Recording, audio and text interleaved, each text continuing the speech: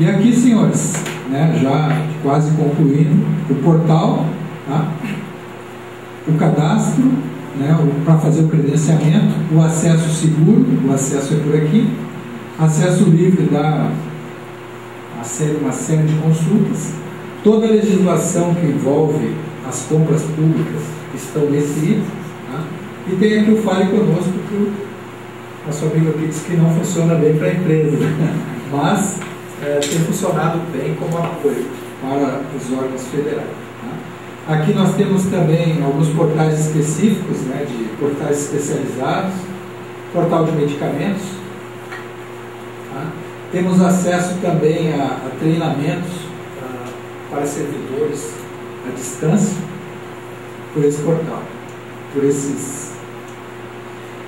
Aqui nós temos um exemplo de um caminho para o quadro de aviso, né? O sistema é bem fácil de se operar, tá?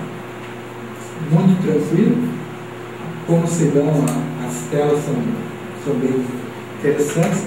E aqui o menu que o fornecedor trabalha, né? Inclui a proposta, os lances, né? E o acompanhamento dos demais atos do pregão.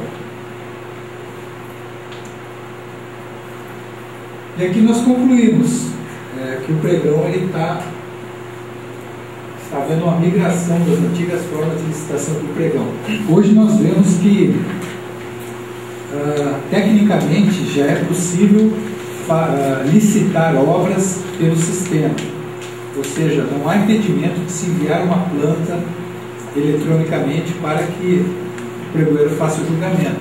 Esse impedimento ele é legal, mas tecnicamente não há impedimento para se licitar obras hoje. E para quem não sabe, mesmo as outras modalidades, a tomada de preço, a concorrência e o convite, eles já estão 70% eletrônicos. Quem for fazer um convite no Comprasnet, ele já fica amarrado pela data, os fornecedores, ele tem que registrar tudo no sistema.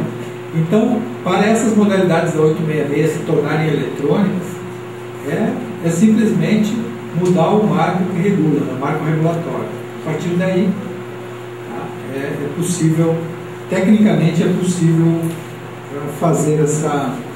Então, para concluir, né, é um meio de transparência nas aquisições governamentais, né, temos os mesmos grandes clientes comprando de uma forma diferente. E a pergunta é se a sua empresa está preparada para essa realidade.